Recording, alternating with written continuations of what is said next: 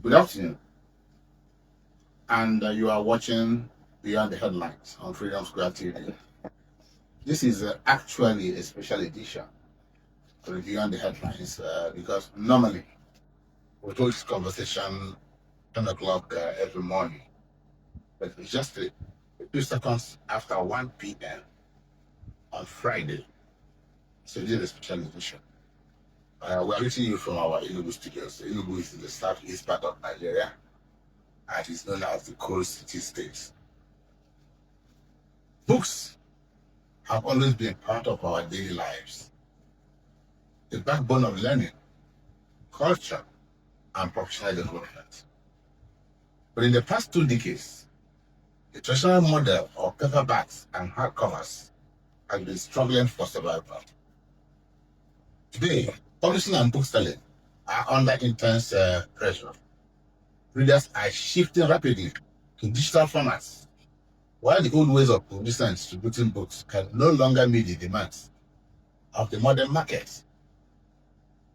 Behind this transition lies a host of challenges, from piracy and high production costs to importation, bottlenecks, inflation, dwindling reading culture, and disruption of technology. For many booksellers, survival itself has become a daily battle. This conversation comes on the heels of the just concluded 2025 Nigerian Bar Association Annual Conference here in the Coal City State of Enugu, where beyond the issues of law and governance, the question of sustaining books and the reading culture also came into sharp focus. So, how are booksellers navigating this climate? What are the prospects for Nigeria's book industry in 2025 and beyond? And what roles, if any, should government, professional bodies, and civil society play in safeguarding the nation's book ecosystem? To help us unpack these questions, we are being joined by a distinguished personality, a voice in the publishing and bookselling industry. He is actually the public relations officer of the Booksellers Association of Nigeria, BAR.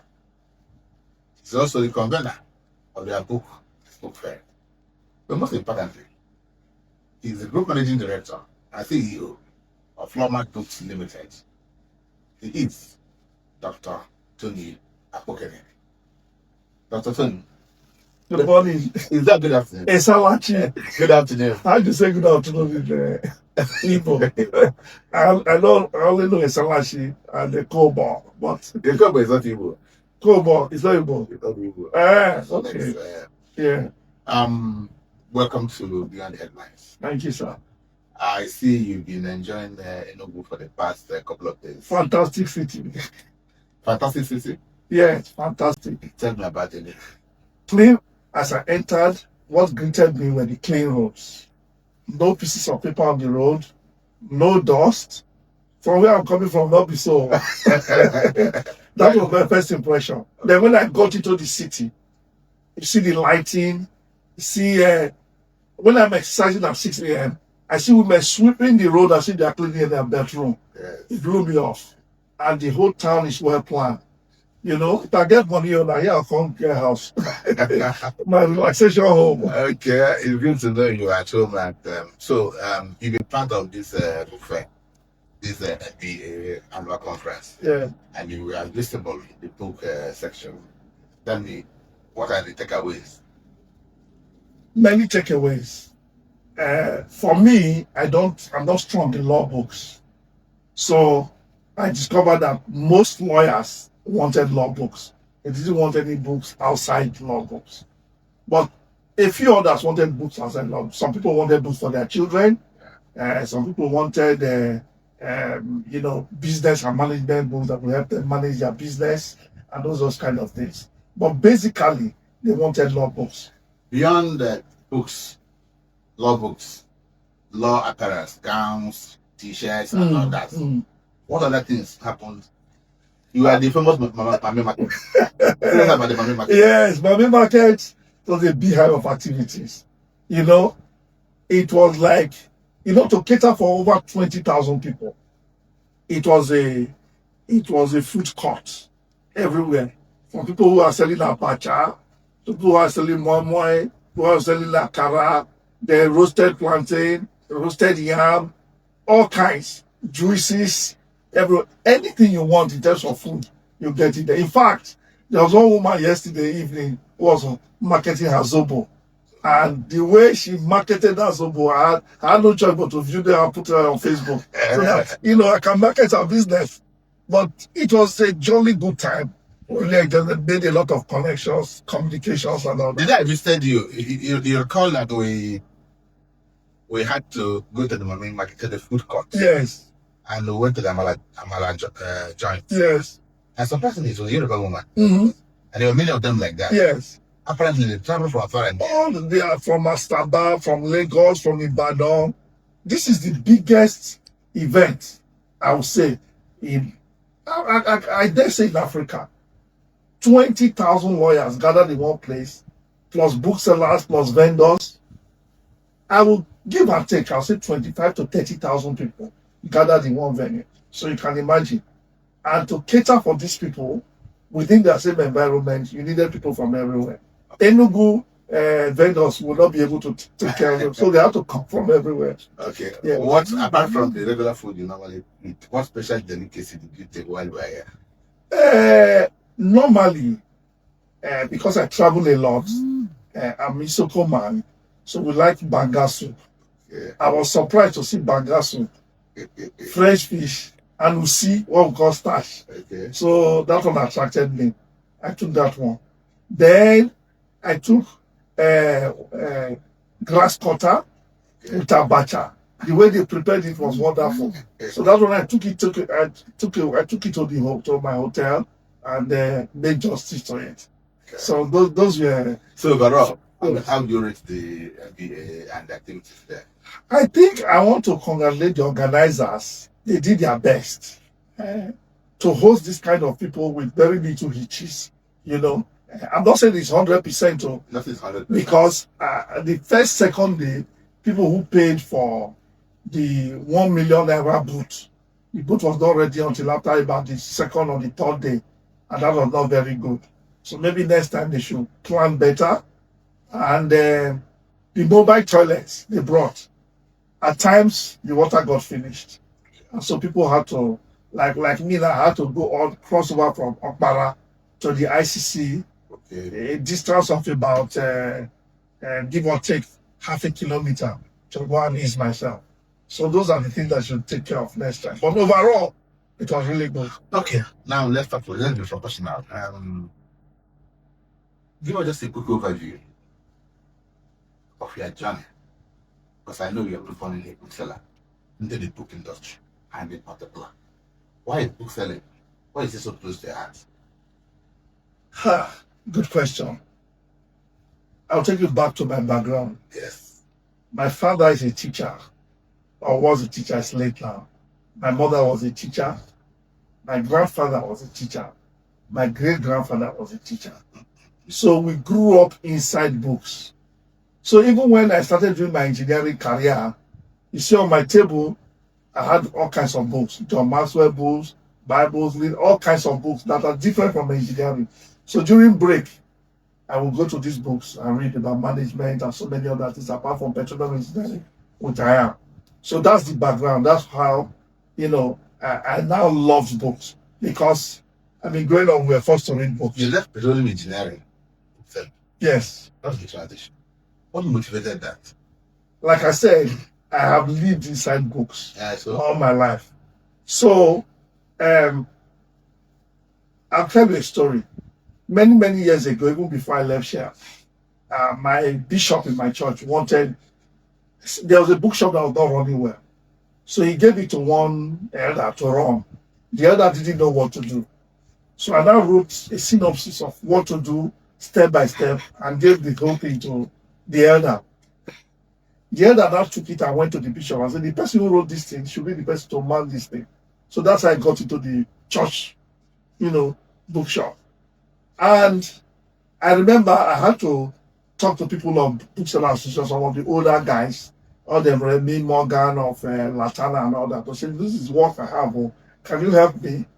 Then they talked about ICROS conference. I should go there, training, they take place there. So I went, and the quality of books, the way the whole thing was handled, I was sold out. So I brought that idea into the book business in the church. And that was the beginning of the spark, and we did so well. If they see it, they will buy it. So you have to present what you have to the public, let them see it, present it well, and it generates interest. So that's how I came into it. It's a little bit curious.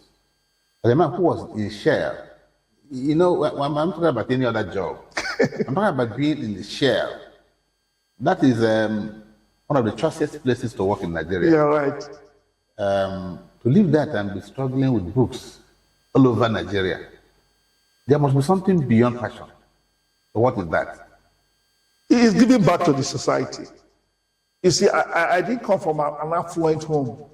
My parents were just teachers. Teachers and the salary. They say teachers, they use ruler to measure yam. I grew up like that, you understand?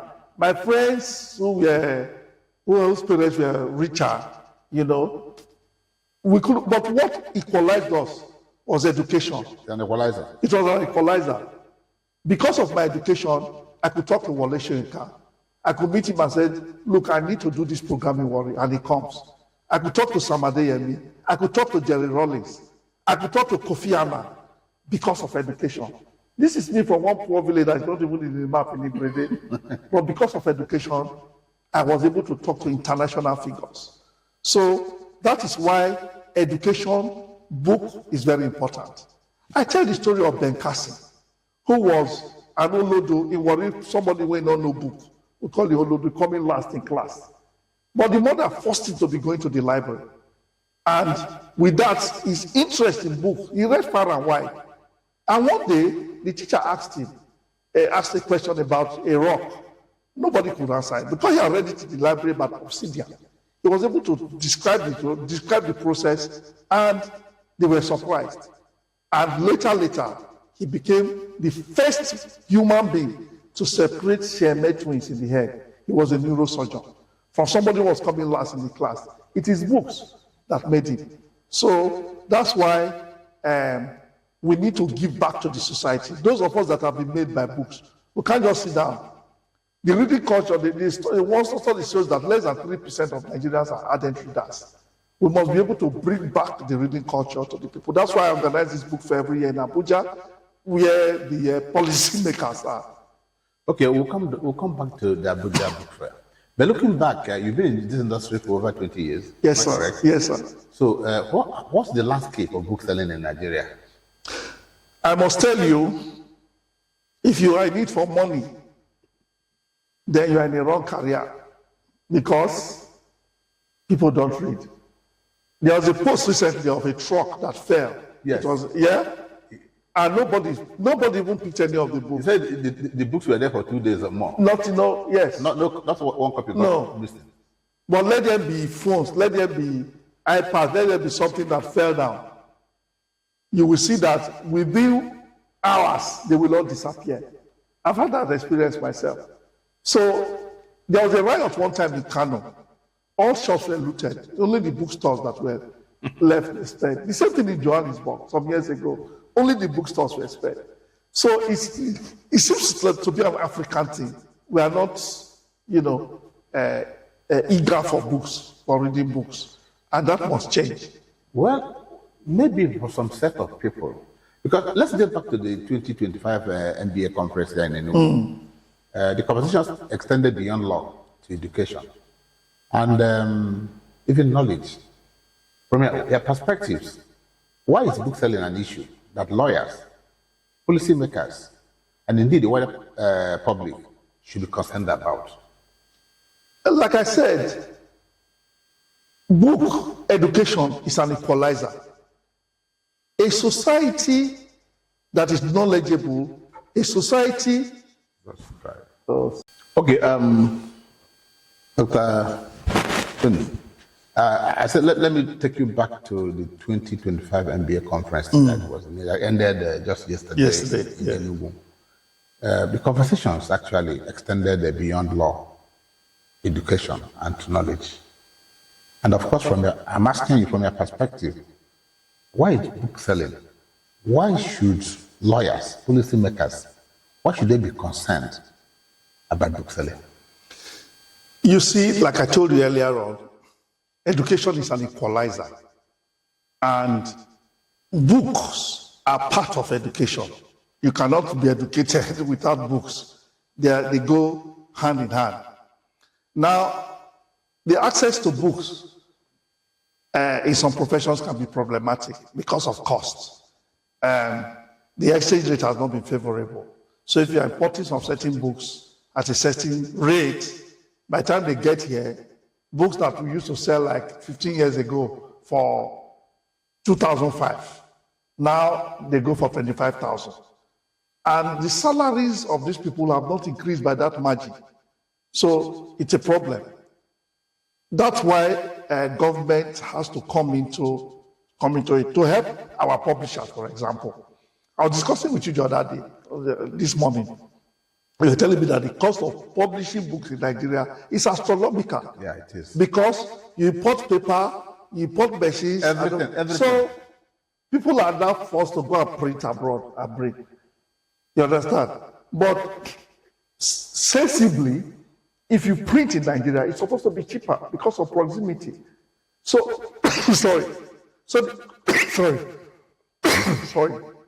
the government have to do something about giving some incentives to bringing in the machines, incentives of the paper that we used to, print and publish, so that the price can come down and our publisher can have rights to some of these books that are very expensive that we import.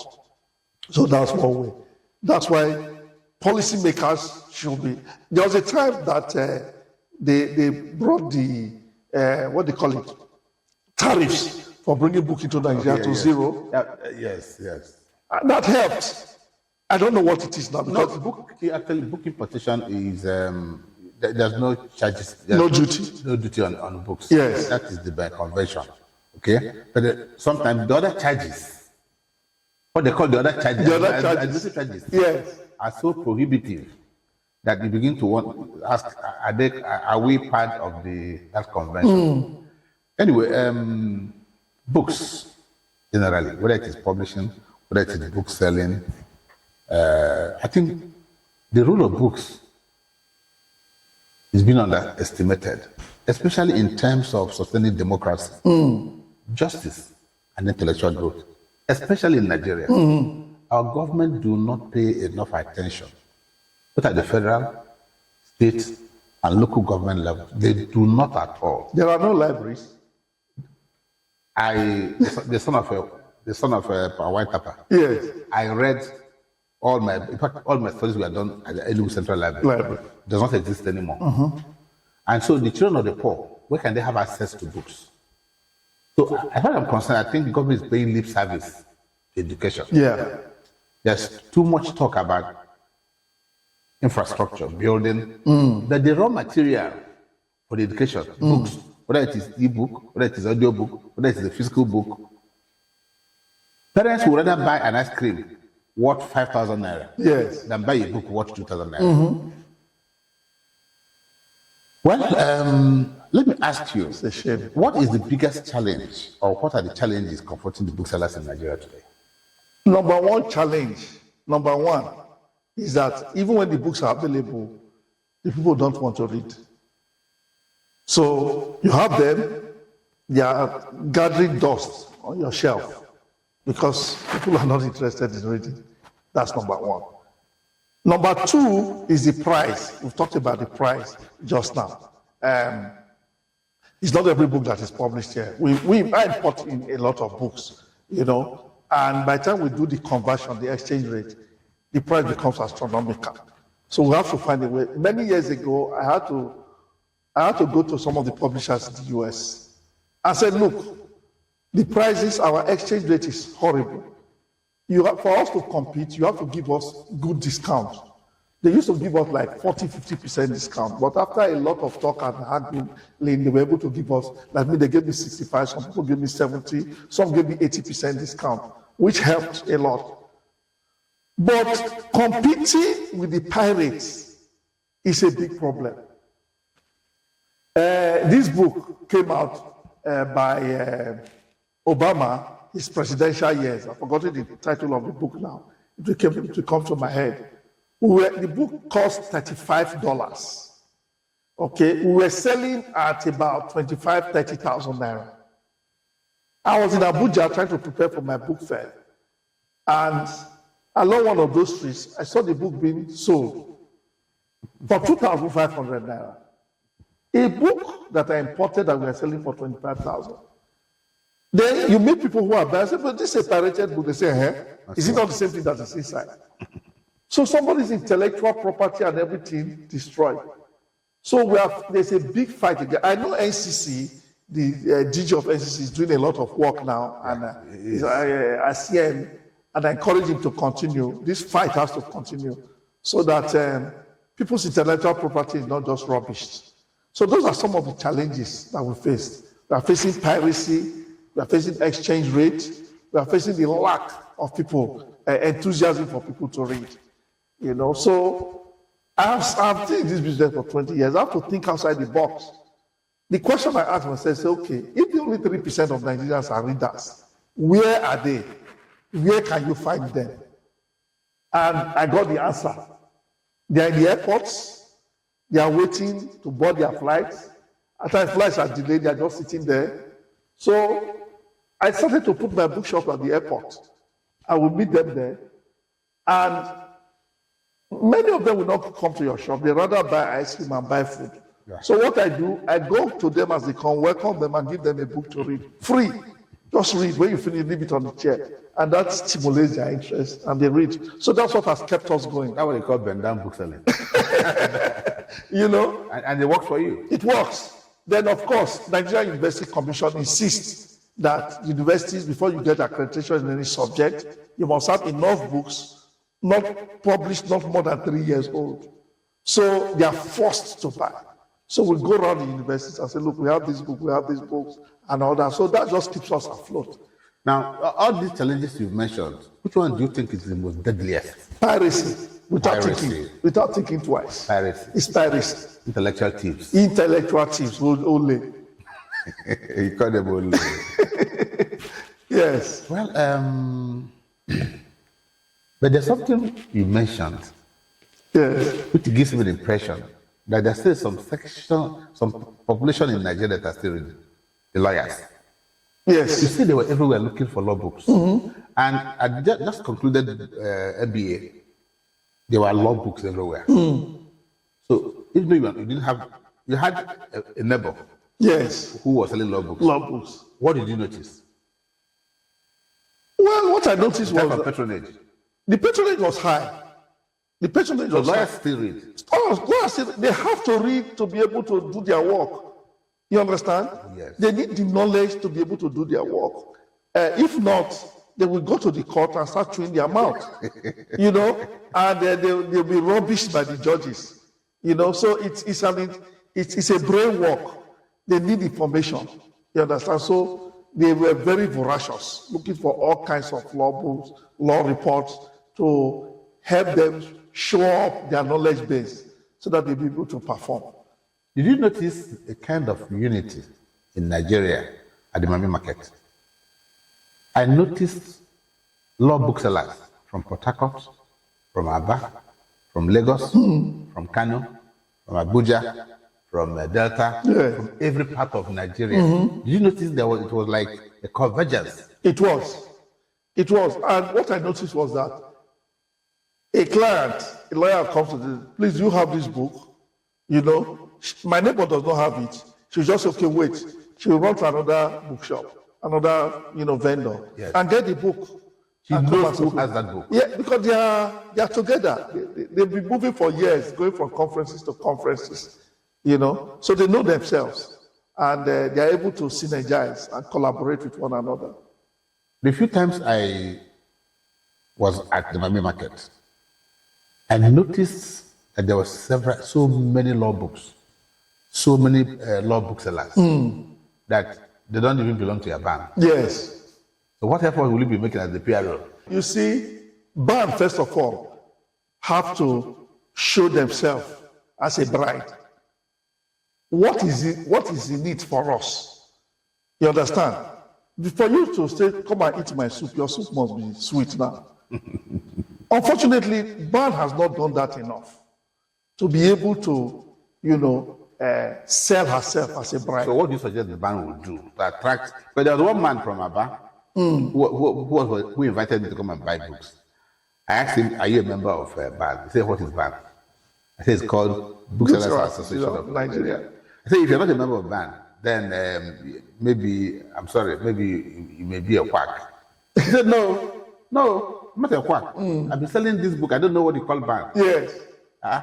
So it means they need further publicity. We do. They need to reach out to this segment. We do. It's a huge segment. But what we saw this morning actually would show that there are several booksellers who are into law books. We need to, and that's supposed to be my portfolio. Yes, and, as the PRO. As the PRO, and it's something we have to we have to push. Living here, by the time I go back, is something where I need to discuss with my president. It has to be funded. Publicity is not cheap. It has to be funded. We have to do a symposium. We have to do a lot of things. We have to sell ourselves to these people. Would you agree with me that band is strong between Lagos and Ibadan? Perfectly. And after Lagos and Ibadan? Nothing happens. Nothing happens. So what we've done, be doing to ensure that those in the east, those in the north, those in the north central, those in the south are effective members of band. We like I said, we have to push. If we have to do a symposium, if we have to come to those regions. I was actually in Jos some 2 months ago, and I went for something private. And I discussed with a number of booksellers. We were supposed to put all of them together and have a chat, you understand, with those booksellers, both, Christian booksellers, general booksellers. But I couldn't hold a meeting because I had to rush back. But I had a meeting with 2 or 3 people who seemed to be very much interested. So the challenge for us is to go to where these people are. Just like even in Lagos, as popular as band is, most of the people in Ojuelegba are not members of band. Yeah, but Ajegunle. Yes. So I know they've had a meeting with the Ojuelegba people. As president of publishers, at once myself and the DG of Corporate Commission. Yes. We visited them. In fact, we signed MOUs with them, especially in the area of piracy and all that. But let me ask you, how can piracy, is the enforcement so weak? Or is it that those who are pirates, they overwhelm the booksellers and publishers? They overwhelm the booksellers and publishers. Is that they seem to have too much money than you? They have a lot of money. I don't know where their money is coming from. And they have a fantastic network. Fantastic. I was in Ajegunle some years ago. People were calling from everywhere. You have this book, you have this book. If they don't have it, their neighbor has it. They coordinate themselves properly. And by the following day, they are shipping the books to Ibadan. They are shipping the books to Kano. They are shipping the books to Sokoto. They are very well coordinated. But most people, they know where these pirates are. So why are they still driving? Who? The pirates. Yes. Government and booksellers, you people know where they are. So what can Tony Akpokene do as one man? You go and you have 1,000 pirates in the market, and you go and start saying, you want to stop them from their business. This is their livelihood. They can kill. This is what gives them their food in their mouth. So what must ban and government do now, and publishers do, to nip this in the bud? I don't know. The thing is very strong, I must tell you. And you're starting to mistake. Yes. If a snake walks into your house, will you run away from the snake? I will not run. I'll kill the snake. This is the snake in the book. I will kill the snake. So how do you kill pirates? But this one is not snake. This one big past snake. Is it a The big past snake. Because the volume is high, the money is there. They buy everything. They buy custom. They name the amount they will give to custom, and they will close their eye. But do you believe that the Nigerian Copyright Commission, this I can testify, Yes. John Essien is doing a good job. He's doing a great job. He's doing a great job, but more needs to be done. I agree. Well, more needs to be done, so to speak. Okay, what kind of collaboration should the security agencies and professional bodies like BAN and MPA, what kind of collaboration should they have? Yes. to at least to protect intellectual property? Well, there are some things they are doing already. There's this what they call sun cap. You know, if you're importing any book into the country, you have to have a permission and all that. So, but is that strong enough? If they can, well, it's at least it's something you have started. I'm not saying it's strong enough. They require you, if you're a publisher, MPA. I know we used to give identify yes. Publishers and booksellers, identify genuine booksellers. Yes. To help in clearance, but still, there's still smuggle containers. Yes, that is the Nigerian factor. Look, I said these people have so much money. They will give it to custom and they will turn the other way. They do not have election recently where the system was shut down. Things could not be transmitted. So, as important as our destiny, because our election, the people who rule us, is synonymous with our destiny. As important as that one, the ones for Senate and other went through, when it reached president, they shut down the system. That is the Nigerian factor. And it is only God that can save us. So you're giving up on Nigeria? Let me not say I've given up on Nigeria. But what happened in 2023 election before my kuro eyes? I was there. We held the officer till 12 midnight. They said they must transmit this thing. Somebody now brought cutlass. I said they don't transmit, they will kill you today. That was taking laws into your hands. Sir. That is what is worrying now. They said you cannot cheat us again. You know, then they did some things and made them to believe that they transmitted it. It's like they just played like. We're not talking about that. We're not talking about politics. But what I'm saying is that, you know, even as important as that one is, they were able to circumvent the system. Okay. So maybe I've been trying to have a symposium, actually, a talk show. I think ban the Nigerian publishers, the Nigerian authors, and Nigerian printers. They're already doing a lot under the Nigerian Book Fair Trust. Yeah. They're already doing a lot. But I think more needs to be done. More needs to be done. In terms of, and I've said it often, Lagos Ibadan. Beyond that, there's nothing happening again. We have to go to where these other people are and do a symposium. Because Aba is a bad area. Do a symposium. Onitsha is a bad area. Do a symposium. Somewhere in Suleja in Abuja is a bad area. Yes. These are hotspots for pirates. And so, these professional bodies hardly more sensitivity, more campaign, more talking. And the talk should not just end at our book fairs. Yes. We have a book fair, we have a symposium, it ends there. It looks like a debating society. Yes. You come around, it's a talk show. After that, that's the end of it. You wait for another cycle. That is it. So another round to do nothing happens. So you have to go to where the people are. It's a lot of effort. But if you want to make a change does not come easy. You have to be ready to make that change, to make the sacrifice you need to do, to talk to the people. And we have to have a big brainstorming over this issue. You know, like I said, I've been trying to, all of my Abuja book fairs, trying to get people together, but it has really not worked. Well, we have a robust discussion. Publicize it, get government, get other people to come together. Does it worry you that schools patronize pirates much more than patronize booksellers and genuine booksellers? It worries me a lot. It worries me a lot, and it's something that we have to look into. You know, something. I have a friend who is a publisher. He publishes books for children, primary school. He's a lawyer, Supreme ID Books in Benin. And what he did was to have a system where if the school supplied his book from another source, They will get that source and arrest the source. Yeah, that was. And that is what now he has succeeded in staying in business. Yeah, maybe know? maybe it's in the realm of one-man business. If you are a conglomerate, how would you know who does what? No, it's a one man, it's not a conglomerate. And his circle of influence is maybe around Benin. It is How would you know what happened in Sokoto? In Meduguri? No, he supplies to Abuja. I know he supplies to Abuja. He supplies to Asaba. Abuja is central. Yes. So at least it has worked for him. Okay. It's a sample which we can build on. I think I agree with you. It's a sample we can build on. Doc, we'll take a short break. When we come back, we'll be looking at, in fact, the issue of books getting more expensive, and then the scarcity of books. Some of them in the market. Yes. Even there are some who call me say they needed some certain books. Of course, I don't know where to get them.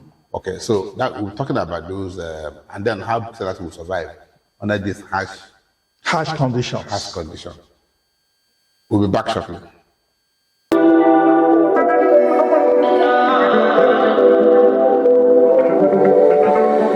been moving, I've been moving, I've been moving,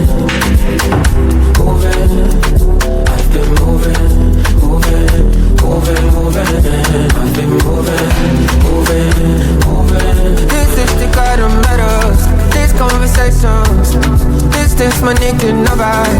This should be enough for you, my darling. I believe in the life, time is to have fun. Let's take this time to get high, make confirmation, cause I've been moving, I've been moving, I've been moving, I've been moving.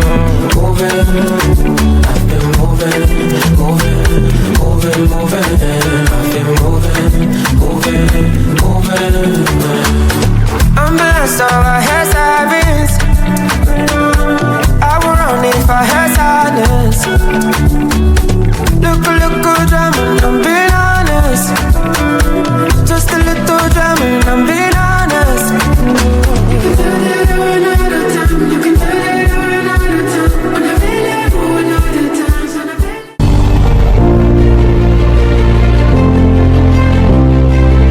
Not everything makes it into the headlines, but we bring you the full story. Join Uchenna Cyril Anyoke, a renowned media personality and former president of the Nigerian Publishers Association, as he unpacks the real issues behind the news, from politics to public policy, economy to human rights. Nothing is off limits. Expert guest, in-depth conversation, local and global perspective. New episode every week on Facebook and YouTube. Watch now on Freedom Square TV. Follow for updates and behind the scenes clips. Beyond the headlines, beyond the news.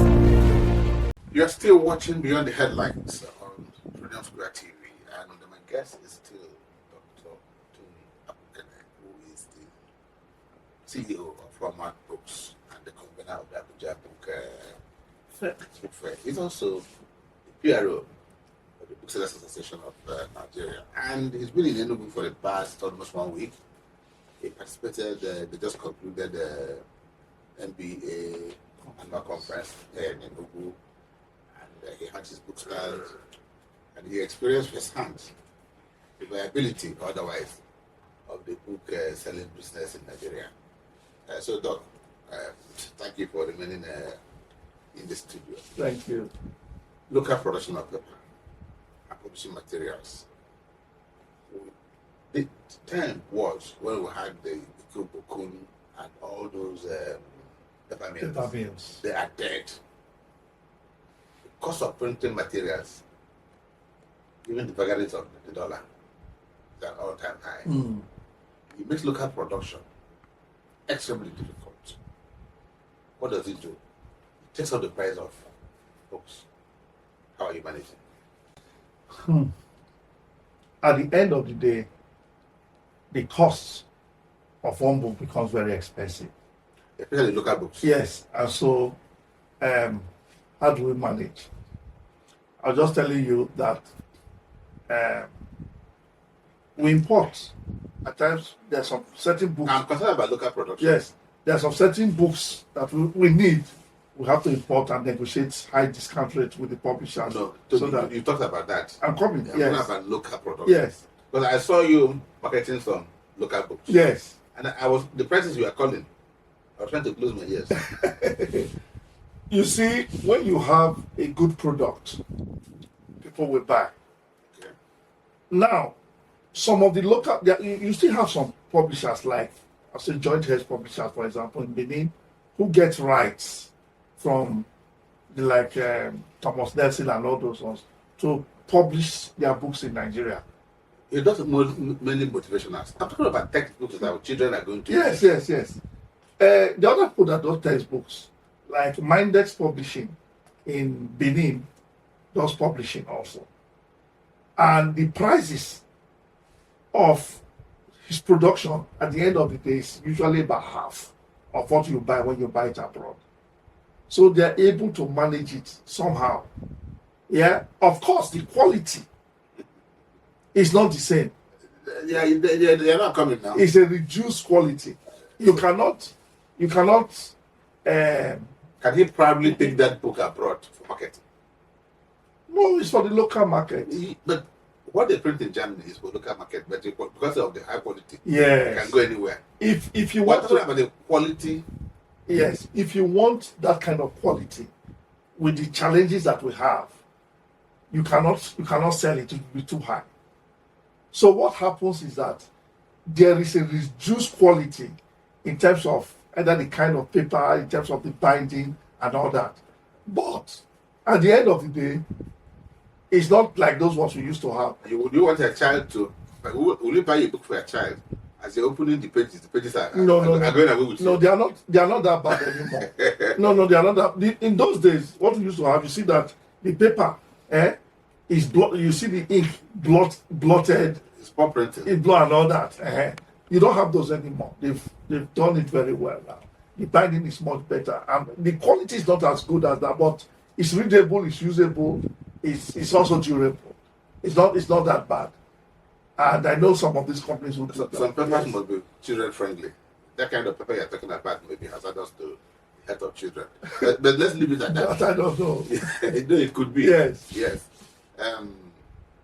How could governments help creative industry? Writers, publishers, booksellers. They must give them incentives. Incentives are, that's what they do everywhere in the world. If you want the price to come down, at times, for example, these farmers in the US and all that, for them to compete, they give them incentives. At times they say, okay, we'll buy all your products. Government does not feel that the creative industry is useful enough to get those incentives. They should know that a country that reads, a country that its citizens are educated, should be that kind of country. It's a country that develops, and it's a country that stands up. That's what Singapore did. They made sure they pumped in enough into education. And Singapore today has moved from the third world to the first world. One must ban NPA as Anna and Prentice. What must they do collectively to impress it on government that this part of the economy needs super effective? We must come together as a body and make a representation to the government. I don't know if we have done that strongly enough. You understand? We must come as a body, a strong force, and make it. Just like when you might also go on strike. No, not on strike. you know. No, we could say this season we're not producing books. No, now. Even if you're not producing, we're not selling. you are just shooting yourself on the foot. So Because the people, when lecturers don't teach, where did they shoot themselves? the people are not even interested in the first place. We have to use emotional intelligence. All those books we read. I'm not joking. But you see, in this country, I think the only way government will listen to you when you down tools. I don't think that's the only way. I said when. Do We you know we've been talking? When I was NPA president, I know how many letters I wrote to government. you were agencies. talking as one man. I saw the efforts you put in. You know, How many people joined you in this fight? You were talking as one man. A tree does not make a forest. I've seen everybody in the ecosystem should come together and make a presentation. I remember when they now imposed duty. The only time they now imposed duty on books and the efforts everybody took I together. know, I was part of it. We went Yes. to the National Assembly. And they removed the duty. Yes, that was Exactly. that was because of Kunjiwala. Yes. By the time of era of Kunjiwala, she understood. Okay? Because then her book, one of her books was printed in the US. I was trying to bring them. Yes. And so she saw that it was not something that should be done. But even when we went to the National Assembly, unfortunately, so not the National Assembly, they didn't know that book was different. One man told us, let it even be 10%. We should pay. I said, how did you make your way to the National Assembly? Yes. It was one, I won't mention this, I'm not marketing anybody. Yes. One northern parliamentarian who runs a school in Abuja, when he walked in, and he was talking to my brother. That other member was my brother. He said, okay, no, they don't pay duty on books. They don't give 10%. You should pay 10%. He said they don't do that. He said no, they should pay, even if it's 10%. Something must come to government. He said this is knowledge. It crosses boundaries without any payment. Yes. The man couldn't believe it. And one funny thing, when he wanted to leave, the clerk of the committee said that, hey, we should come and see the members. He said, see you. We didn't see them. Another thing was because they didn't carry it on the end of the news. He said we should come and see the members. I said, see you, we'll see you now, we're going. Yes. Oh God, this country. God will help us. Anyway, we have to do our bit. now technology. Yes. Technology is trying to drive away the traditional book publishing, the hard copy. Of course, talk about e-books, the audio books, and online resources. They are replacing physical books. How prepared are the booksellers? I have my own idea. Tell us. Tell us. Things come in phases. In 2011, 2012, there was a big symposium, big discussion in London Book Fair about these e-books and all that. Did a lot of study. At the end of it all, they came up with a verdict that this hardcover book we see will remain as long as we live. See, the study showed that if you are reading from your phone, you are reading from your PC, the concentration span is less. You understand? Then there's also effect on your eyes. Use your phone for too long, take your measurement today, take your measurement after 1 year, your vision has deteriorated. So there are so many e-book and all that is good, but there are so many negative effects on all these digital devices. Now, in Sweden, recently, they have removed what they call tablets from all their students. They did a study and discovered that their grades were falling. No, they had, I read after, they had smart students. Yes. But they didn't have knowledgeable students. And that's what we're having in Nigeria today. People having smart kids. Yes. Who are not knowledgeable. They don't know the difference between being smart and being knowledgeable. Yes. They think when they child is smart, that is knowledgeable. No. So what I'm trying to drive at is that even in the so-called advanced countries, they are going back to the hardcover books. So they remove all the tablets from them and are giving them hardcover books. And that has created a spiral where in one state in the US, I can't remember the state now, they are doing the same thing. But in Nigeria, you see, we would like to embrace new things. Let's don't run away from it as a bookseller. How are you going to balance traditional and digital markets? Because you just have to balance it. Yes, I agree. However, from my experience, Like so, your hard copy. I'm a hard copy that I have interviewed so many people who say they are reading from their book. When they're not discovered, they're not reading nothing. They are chatting. They are doing Facebook. They are doing TikTok. They are not doing any serious hard reading. No, they are not. Many, maybe out of 100 I interview, maybe 2 or 3 are doing some hard reading. But majority of them are not. Okay. You understand? And the internet penetration, the cost of, going to this is quite high, it's quite prohibitive. Yeah. But they don't care these days, as long as it's TikTok and, one of these popular comedians on. They rather burn their credit. Okay, you mentioned it, but let's just look at it in this segment, and that is the Duwenian reading culture in Nigeria, especially among the young people. It's a pain. In a country where social media is the new library, everybody, in fact, you could carry somebody in their car, and all it was doing is just looking at It's it. literally I know a woman who had to drop somebody and said, I gave you a ride. We're in the same car. I don't even have people to look at the traffic, and they're busy on this. So you're of no use to me. no. So if you're not going to be looking, Uh, helping me check yeah, traffic, calm down. if it's this your phone, please, can you come down? Say, is that serious? Say that's He's serious. not serious. You're with somebody. He's not talking to you. It's on the phone. He's on the phone. And that's what the young men have done. They spend their time to tell you, oh, we'll check it out. AI, artificial intelligence, and all these online sources. You ask a child to do an assignment, where does he go on to? He Goes to online wants to go online. to download an answer. Um, You read the answer, it may look sweet, but it will be lacking in facts. exactly. So, that is Nigeria. It's like you don't deal with children's books. No, I do, not in huge volumes, but I do children's books. At the airports, a lot of parents come, they want children's books. So we usually scamper around here and there just to meet the market. Is there anything you are doing personally or with others to promote reading culture? Yes, I am.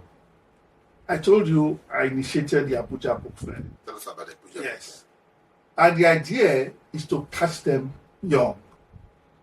So before the major book fair, we go to schools, secondary schools. We partner with secondary schools, both government and private schools. And we bring in authors, We brought in this woman that wrote Colorblind from Canada. We did it on Zoom. We brought Ogaga Efowodo. We are talking to Chimamanda now to see if she can help. So the idea is that the author comes, reads to the children, interacts with the children, they ask questions, they rub minds, and by doing that, we're able to stimulate the interest of the children.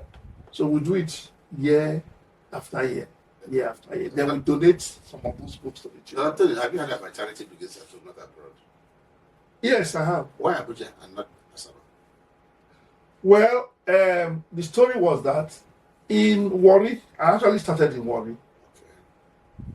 I put in a lot of effort, brought in Wole Soyinka, Samadeyemi, did public lecture. What are them to worry? What are them to worry? Warri, yes, So why did you continue? because I didn't get any support. I went to government, talked to them, they were just not interested. I'm a retiree. I'm burning my own personal money. What changed in Abuja? When I went to Abuja, Yes. Baja Biamila, the former speaker, sent a representative. Professor Jerry Ghana came. So many publishers and even people in the industry came. They gave me money. They supported the program I was doing every time. And so the pressure on my pocket reduced. Because so many times in Warri, I was only running at a loss. I'm bringing Wole Soyinka, flying in. It's just that they always tell me because of what I'm doing, I should not pay them. So it was always free, Yes.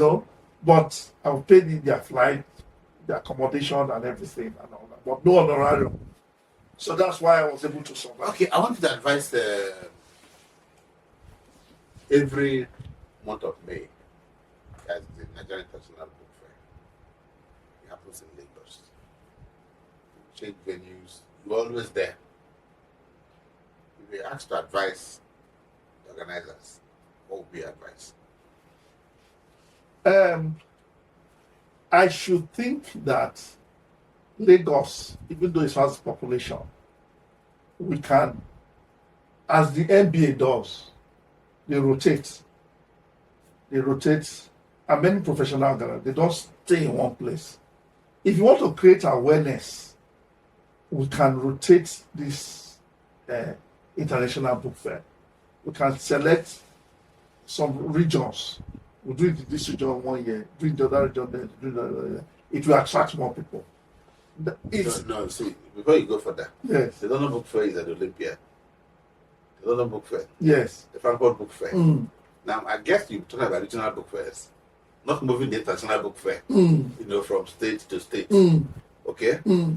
But there should be an effort to encourage the regional, like the Eastern Book Fair, Yeah. the Northern Book Fair, Mm-hmm. the Western Book Fair. Mm. I think the last meeting that they had, they are thinking about that line. Mm. But you don't move the international book fair. Mm. It's naturally in one place.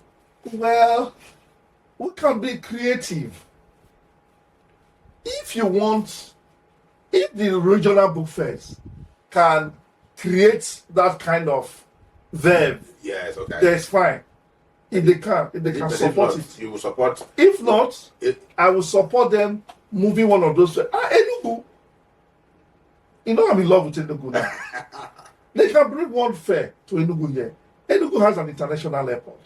In fact, I didn't know that Ethiopian Airlines flies from here to. Yeah, you can from here go to the Look. Enugu is fine. Enugu is beautiful. You have enough hotels. You have the conference centers to host it. You have everything here. So it will work. Me, I'm ready to even be the foot soldier. It will work. Lagos is crowded. The whole logistics problem in Lagos is horrible. You understand? So, But that's where you also have the booksellers, and that's where you have the publishers. in this place, people came from Ibadan. I agree. People came from everywhere. Yeah. It was a marketplace. Yeah. Where there is a will, there will be a way. I like that. Yes. I believe it will work. If you want to create sensitivity, bring it close to the people. But I agree your point, too. You can't be moving international. Let them fund and be able to support the regional ones. Thank you. If that can be done, then we are getting close. Okay, I think I should be getting close to my last question, and this is particular to you as the PRO of the Booksellers Association of Nigeria. What specific initiatives should BAN pursue to protect and empower booksellers? Well, first of all, the enabling environment is not very good for us, the booksellers. It's not very good. We just talked about piracy, and that's affecting us and undercutting us seriously. So that initiative has to be pursued with all vigor, all mind, to see how this can be curtailed, at least to a barest minimum as possible. That is one very important case, because it is really cutting out on our bottom line. I was saying, how could BAN Yes, help the booksellers? that's what I'm saying. Okay, so how would they do it? If the ban, How would they do it? by collaboration with other bodies. That's what I'm saying. Collaboration with other bodies, doing symposium, talking to this, finding a way. Like I said, we need to come together as a unit, as a big force. You understand? To discuss this matter and find a way of pushing the whole issue out to government and all that. It's not something you can just do once, just by the click of a button. No. But it has to be a heavy collaboration between the various stakeholders. That is one very important area. Because have you discovered yeah. that schools are more booksellers now than booksellers? Yes, I know. Because they get them from whoever they get them from and sell to their students, which is also another way that discourages the book, because the booksellers are supposed to be the one that will supply, but these schools go straight to the publisher. So all that's part of the discussion that needs to be had, that needs to be done. So publishers will know that, look, this is the rule. You cannot come and buy from us. Go and buy from your bookseller. Don't buy from us. But do you know why publishers, some are reluctant to give the booksellers? It's not an investment. Booksellers take books, some of them, not all of them. Then They take their books, they sell this, and I tell you they'll not be paid. there will be sanction. We should find a way of sanctioning them. Because most of them are not members of BAN, so how do you sanction them? Some of the things we have to sit down and think and discuss. Like I said, like we just discussed, We have all this talk once in a while at the book fair and it ends there.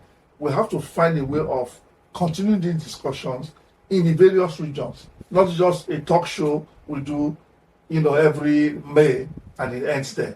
If that's what it happens, then nothing will happen. If that's what is done, nothing will happen. Okay, assuming without considering that your colleagues are watching you right on Facebook or YouTube now. Yeah. Talk to them. Use 1 minute to talk to your colleagues. My friends, my colleagues in the Bookselling Association, it is not easy to sell books. It is difficult.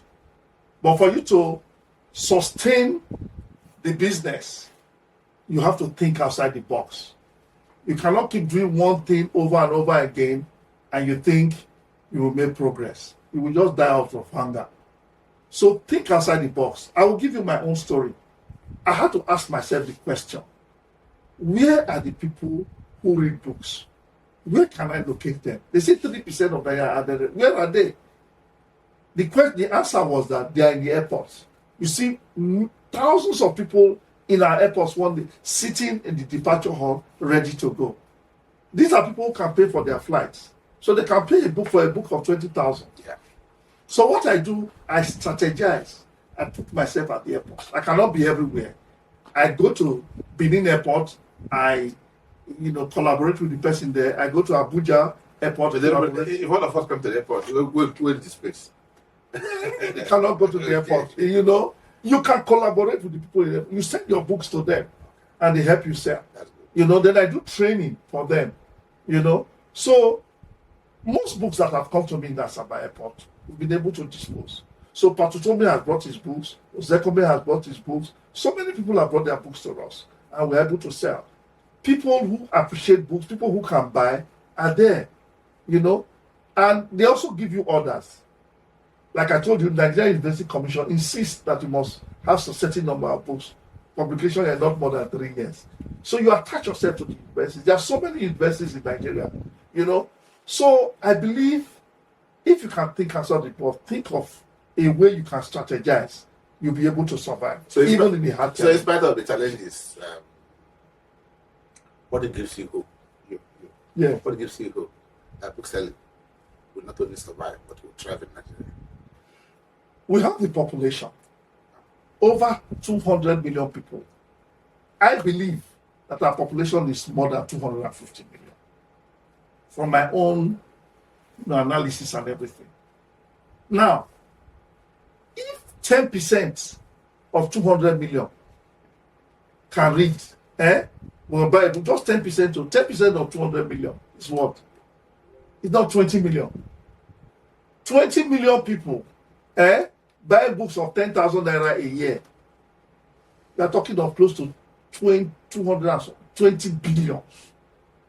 That is the market that is available for us. We have to find a way of tapping into this market. I have hope. We are educated people. We have schools. Schools without books does not bakudaya. So let us think how we can meet this gaping demand that is facing. Many parents want their children to read, especially in a holiday like that. Get to them, talk to them, get the parents books that their children will read, and gradually, if you keep saying a thing often and often, you begin to sink in. Don't just throw your hands in the air and give up. There's no giving up in this thing. Okay, thank you, Dr. Tony Akpokene. On this note, I think we should bring this conversation to an end. Thank you, sir. But those who are watching us, it doesn't end here. You can continue the conversation on our Facebook or our YouTube channel, our Freedom Square TV. Give us your perspective, give us your idea, your thoughts about how to improve the reading culture in Nigeria. And when many people are reading, the bookseller will smile. Exactly. And when the bookseller smiles, the publisher will smile. Mm-hmm. And when the publisher is smiling, the printer will smile. Exactly. And above all, our authors will smile. Mm-hmm. Thank you, Doctor, for being part of this conversation. Thank you, sir. Thank you. Thank you very much. Thank you. I enjoyed my stay in Enugu.